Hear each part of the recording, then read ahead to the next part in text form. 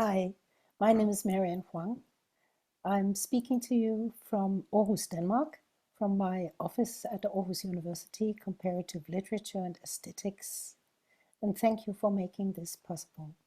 I'm going to talk a bit about Aarhus 2017 European Capital of Culture as a partnership platform for the cultural and creative sectors, and also as a data collector.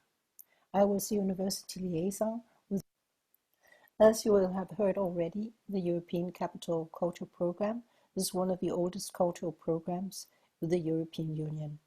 The European Capital of Culture program has been expanding as it has moved with its initial concept of culture as transitioning parts of Europe into a common cultural space.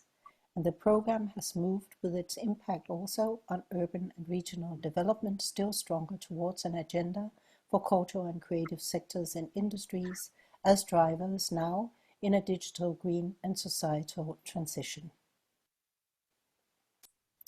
Aarhus 2017 European Capital of Culture wasn't just for Aarhus as a city, but also for the 18 other municipalities in the region where Aarhus is located, namely Region Central Denmark. Aarhus is a provincial city of approximately 370,000 inhabitants, the second oldest city in Denmark, a Viking Age city, and also the youngest. That is at least what we pride ourselves of, as 1/4 of the population are higher education students. And since the 1980s, the city has unfolded a particular bottom-up creative DNA, which has been overall supported and also facilitated by the municipality and city council. Aarhus University is the second largest in Denmark, with one of the largest humanities faculties in Northern Europe. The Faculty of Art prides itself of collaborating extensively beyond campus, and Aarhus 2017 was no exception. Here you see the post-industrial harbor environment in daylight and without fireworks. This environment became the core of experimenting with the regenerating power of Aarhus 2017, also putting the cultural and creative sectors and industries on the urban map for new production. And explicitly cross-sectoral partnership organization for the cultural and creative sectors and industries was formed for the region as such, and we still have the European Cultural Network connecting culture and creativity across the region and its municipalities. In the bid book from 2012, Arts, Urban Development, Aesthetics, Business Development and Tourism were put at the core of the program. But also with a strong statement that culture was going from being consumption towards driving innovation and new production. And for this, Aarhus 2017 was thought to be or become a testbed of experimentation. In the strategic business plan from 2015, this partnership model for the creative sectors, for economy, a business model, governance, was largely fleshed out to support cross-sectoral collaboration through a quadruple helix of knowledge, local authorities, that is governance, private foundations and industry, civic society and audience development.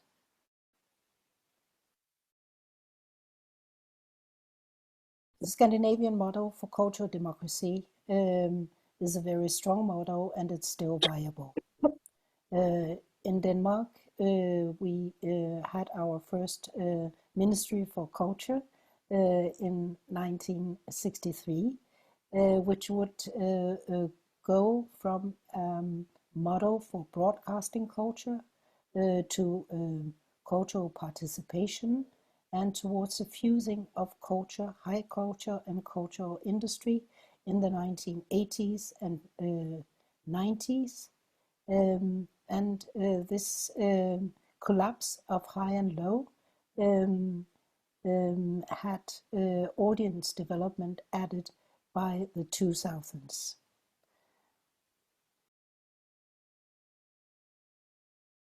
I think that a new model for culture democracy may be a partnership model where art and technology, cultural and creative industries and sectors merge. And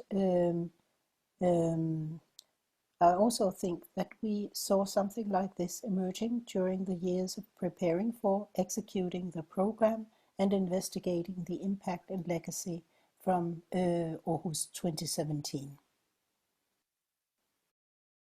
Aarhus 2017 unfolded under the auspices of rethinking. So we would rethink culture, creativity, and co-creation through regional identity, partnerships across sectors, experimental governance, methods for the temporary, and methods for experimentation.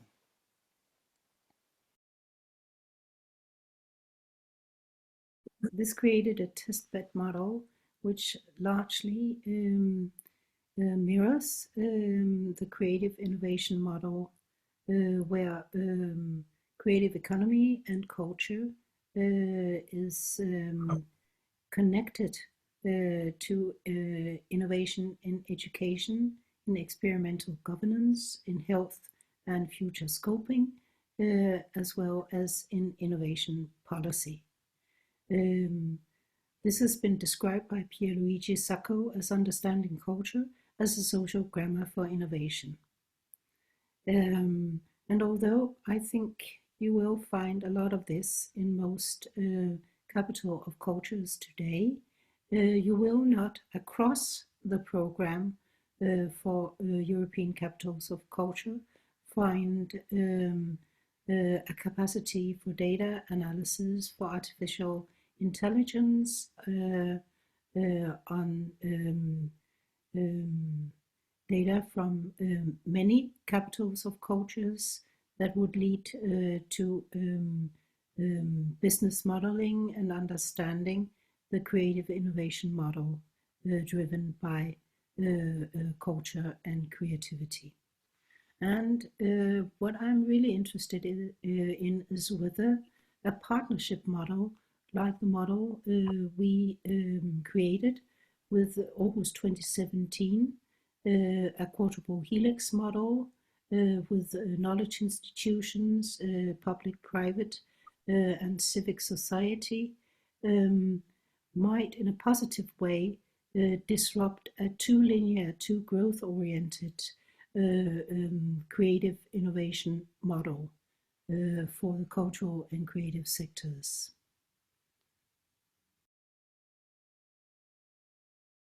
So what happened with the cultural and creative sectors with Aarhus 2017 and the partnership model there?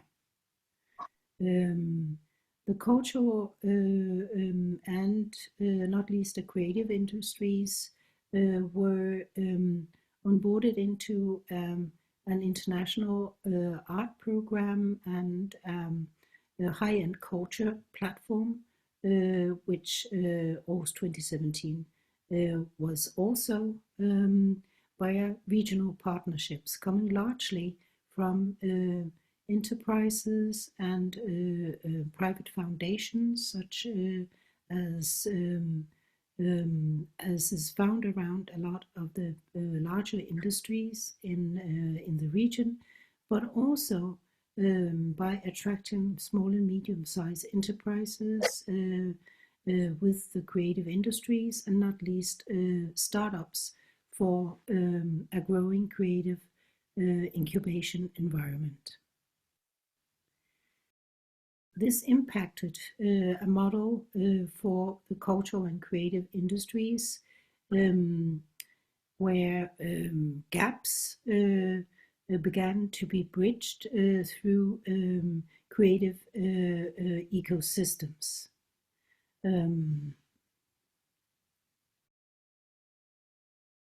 being pushed by the more creative partnership that would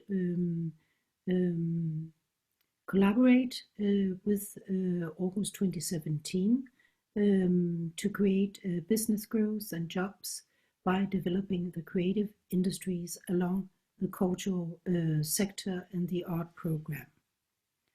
But also by ingesting the creative industries, the small and medium-sized enterprises, the startups, into a creative ecosystem where experimental governance, knowledge production from academia, but not least the civic society, the audiences, and the citizen engagement would create a very strong stakeholder environment for going as we did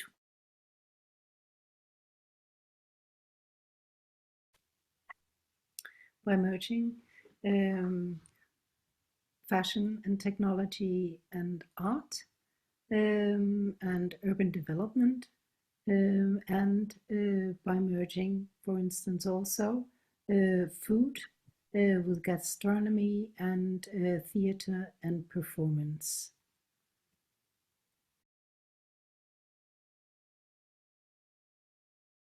So the regional cities branded themselves as creative and creative ecosystems. And this is something that you cannot do unless all stakeholders in an ecosystem become creative agents. So the strongest legacy we had, I think, from August 2017 was this regional legacy of creative ecosystems, which is still a growing tendency and a very strong tendency across region central Denmark. We definitely turned towards ecosystem thinking, and I think also we saw a legacy for implementing. Our strongest legacy was the ecosystem of quotable helixes supported by participatory governance, and which supported and facilitated creativity as a driver for sustainable urban and rural development, but also promoted and made visible and connected sound, gaming, animation, and fashion, as well as design and film and transmedia storytelling. So the regional partnerships and creative ecosystems are built on stories of change, as well as on trust and relationship. Nothing of this comes easily from a strategy, but it comes from growing these ecosystems together. We hope to take our ecosystem thinking and implementation experience into a new partnership. By June 2022, the new European Knowledge and Innovation Community for Culture and Creativity found a winning consortium, ICE, which is going to grow ecosystems for cultural and creative sectors and industries across all Europe for the next 15 years. ICE is thought as a large partnership organization with very strong partners, but also opening up to small and micro enterprises, to artists, and to entrepreneurs.